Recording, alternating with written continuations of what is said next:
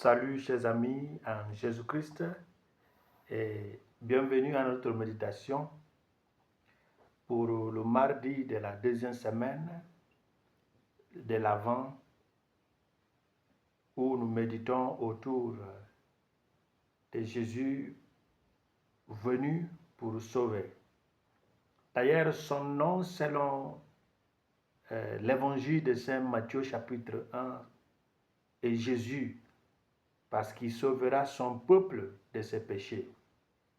Et l'évangile de Saint Jean 3,16 nous dit que Dieu a tant aimé le monde qu'il a envoyé son Fils unique afin que quiconque croit en lui n'aura pas de condamnation mais sera sauvé. Alors, la première lecture tirée de la prophétie d'Ésaïe chapitre 40 nous parle de la consolation qui vient de Dieu en faveur de son peuple exilé. Donc, l'annonce de Jésus qui sera né est pour le salut de l'homme. Et c'est pourquoi l'Évangile nous dit, selon Matthieu chapitre 18, 12 à 14, il dit, en ce temps-là, Jésus disait à ses disciples, quel est votre avis? Si un homme possède 100 brebis et que l'une d'entre elles s'égare, ne va-t-il pas laisser les 99 autres dans la montagne pour partir à la recherche de la brebis égarée? Et s'il arrive à la retrouver, amen, je vous le dis, il se réjouit pour elle plus que pour les 99 qui ne sont pas égarés. Ainsi, votre Père qui est aux cieux ne veut pas qu'un seul de ce petit soit perdu. Donc, Jésus est venu principalement pour nous sauver. Mais il y a quelque chose. Bon, Paul nous dit dans sa lettre aux Éphésiens, chapitre 2, versets 8 à 9, Éphésiens, il nous dit quelque chose de très important pour comprendre avant de faire ce que je voulais faire. Éphésiens 2, 8, 9 nous dit, c'est bien par la grâce que vous êtes sauvés et par le moyen de la foi. Cela ne vient pas de vous, c'est le don de Dieu. Cela ne vient pas des actes. Personne ne peut en tirer orgueil. C'est Dieu qui vous a fait, c'est verset 10 maintenant, qui vous a fait. Il vous a créé dans le Christ Jésus en vue de la réalisation d'œuvres bonnes qu'il a préparées d'avance pour que nous les pratiquions.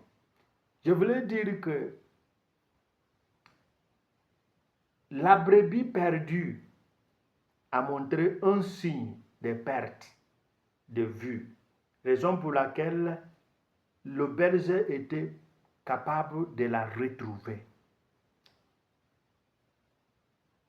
Paul nous dit que notre salut, ça veut dire la mort de Jésus pour nous sauver n'est pas parce que nous lui avons montré quelque chose, non. Il nous a sauvés gratuitement, mais il nous a rendus capables d'une bonne œuvre. Donc, il nous a sauvés par la grâce à travers notre foi. Il nous a recréés en Jésus-Christ pour que nous puissions faire de bonnes choses.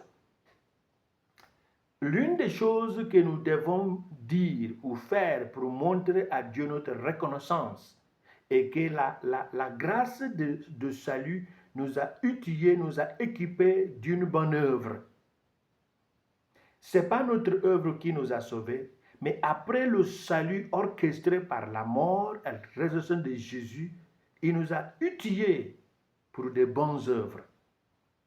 Et c'est ce qui montre que notre foi en Jésus n'est pas si vous voulez, une perte de force, une perte de temps, ou bien une perte d'énergie. Donc, on attend que le Messie vienne, soit pour nous racheter, soit pour célébrer sa naissance en tant qu'homme, Dieu fait homme.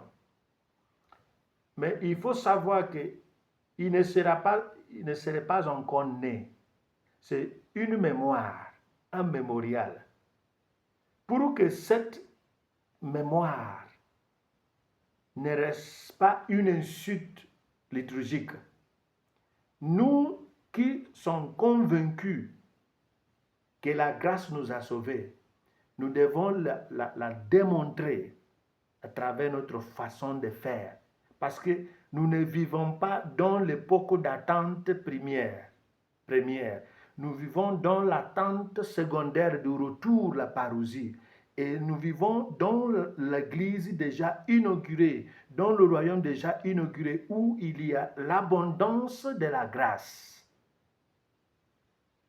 Et celui qui vit dans l'abondance de la grâce n'est pas à l'époque de la vue, mais l'ère de la foi.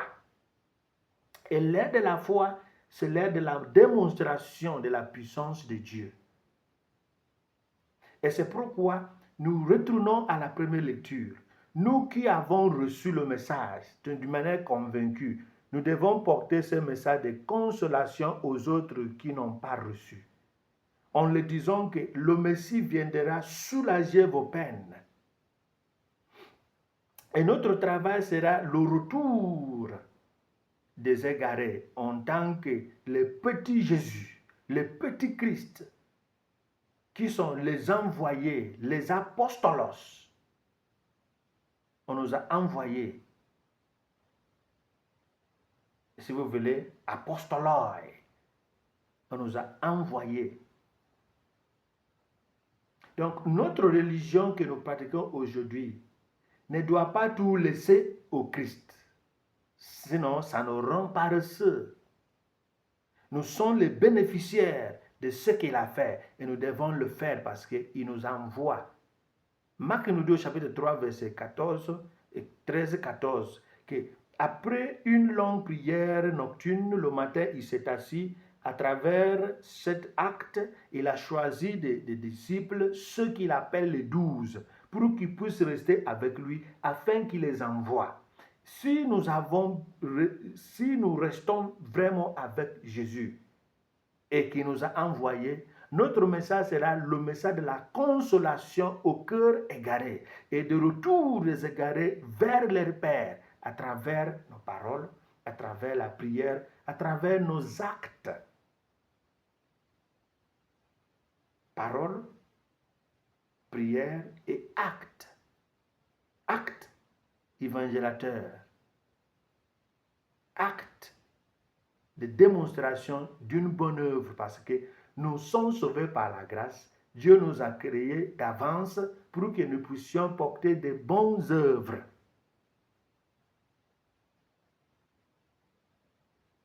Que notre attente de retour du Messie pour racheter le monde, nous préparons pour célébrer sa naissance terrestre, nous équipe, nous outils de grâce nécessaires pour montrer au Messie que nous célébrons que vraiment ta naissance nous a donné, nous a accordé quelque chose de spécial.